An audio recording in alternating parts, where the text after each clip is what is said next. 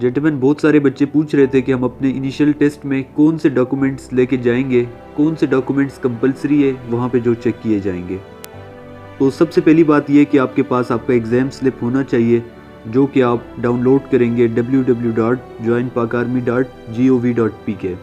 ये आपके पास वेबसाइट है जहाँ पे आप ऑनलाइन रजिस्ट्रेशन करेंगे। उसके बाद अपना जो एग्ज़ाम स्लिप होगा वो प्रिंट करके आप अपने साथ लेकर जाएंगे। इसके बाद आपके पास ओरिजिनल मार्कशीट होनी चाहिए। मार्कशीट वो देखेंगे आपकी मैट्रिक की भी और एफएससी की भी, लेकिन ये ज़रूरी है कि आप अपने ओरिजिनल डॉक्यूमेंट्स लेके जाएंगे, साथ फ़ोटो कापीज़ भी लेके जाएंगे, लेकिन ओरिजिनल आपके साथ लेकर जाना ज़रूरी है। इसके बाद सनद आपके पास होना ज़रूरी है। सनद से मुराद ये है कि जब भी आपका मैट्रिक हो जाता है उसके 2 साल बाद आपका सनद आ जाता है बोर्ड से, जिस पर लिखा होता है कि इस कैंडिडेट ने ये इसका रोल नंबर था, ये सारा कुछ, इसने इतने नंबर लिए हैं, वो भी आपके पास अगर आई है आपकी तो वो भी होना ज़रूरी है। लेकिन अगर नहीं भी है उस पर मसला नहीं बनता। या प्रोविजनल सर्टिफिकेट स्कूल से आप लेके जा सकते हैं, वो भी आपके पास होना चाहिए। इसके बाद डोमिसाइल आपके पास होना चाहिए। डोमिसाइल से पता चलता है कि ये कैंडिडेट किस डिस्ट्रिक्ट का, ये सारा कुछ, तो डोमिसाइल भी आपके पास होना चाहिए।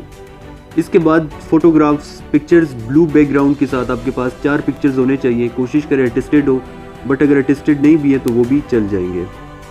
उसके बाद आपके पास फ़ीस होनी चाहिए 300। मेरे ख्याल से जो फ्रेश कैंडिडेट्स हैं उनकी फ़ीस होती है 500 रिपीटर कैंडिडेट की, लेकिन 500 अपने साथ लेकर चले जाएं, फ़ीस भी वो आपसे प्रोस्पेक्टस की लेंगे।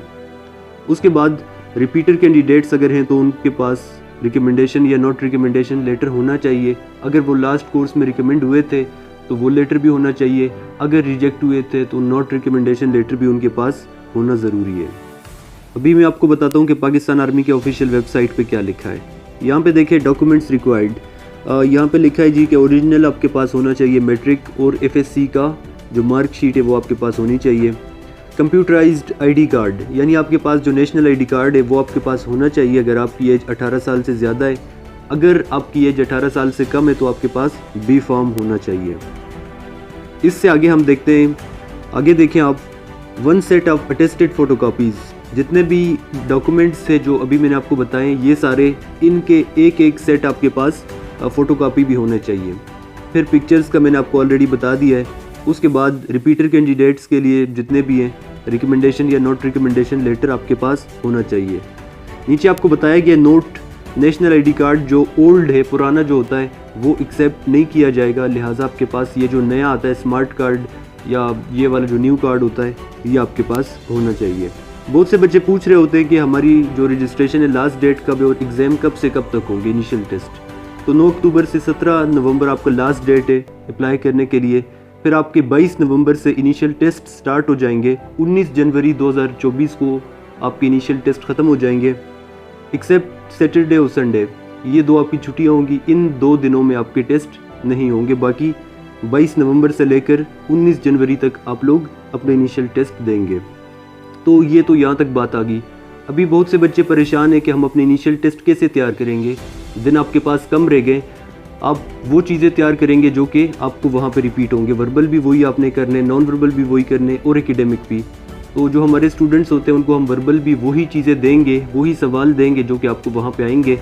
नॉन वर्बल भी वही आपको देंगे, एकेडमिक भी वही। जो नोट्स हम आपको देंगे उससे बाहर आपने कुछ भी तैयार नहीं करना, वही चीज़ें आपने तैयार करनी है। इंशाल्लाह वही आपको आएंगी। और सबसे पहले हम आपको वर्बल समझाएंगे, नॉन वर्बल और एकेडमिक। उसके बाद प्रैक्टिस के लिए आपको नोट्स देंगे, फिर आपका टेस्ट होगा सारा कुछ। मज़ीद आपको जिस किस्म की भी इंफॉर्मेशन चाहिए, ये जो स्क्रीन पे आपके सामने नंबर शो हो रहा है इसी पे आप हमसे रब्ता कर सकते हैं। लास्ट कोर्स की अगर बात करें तो 86 स्टूडेंट थे हमारे, उनमें से 82 ने अपने इनिशियल इंटरव्यू पास किया था। तो मेरे ख्याल से लास्ट टाइम 33 या 34% आपका पासिंग रेशो था सेंटर की, लेकिन 90+ हमारा जो पासिंग रेशो आए। तो कोशिश करें आप अभी से ही अपनी तैयारी स्टार्ट कर दें, इंग्लिश स्पीकिंग की भी, एस्से राइटिंग की भी, इंटरव्यू की भी और इनिशियल टेस्ट की भी।